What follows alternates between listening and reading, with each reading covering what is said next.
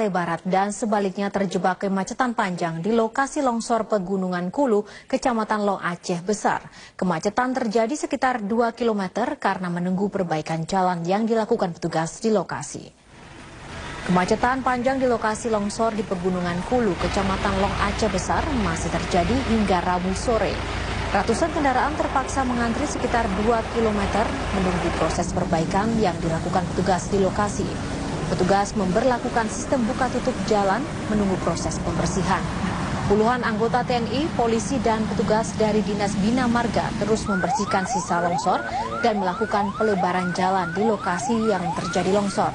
Kondisi cuaca di pegunungan yang cerah tidak menghambat jalannya proses perbaikan ini. Namun beberapa badan jalan juga masih terdapat timbunan tanah bekas longsor. Timbunan tanah ini membuat kondisi jalan licin dan juga sempit.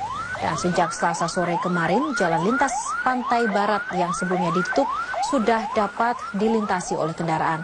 Sebelumnya jalur ini terputus total sejak Minggu malam setelah terjadi hujan deras yang menyebabkan 14 titik longsor di wilayah ini.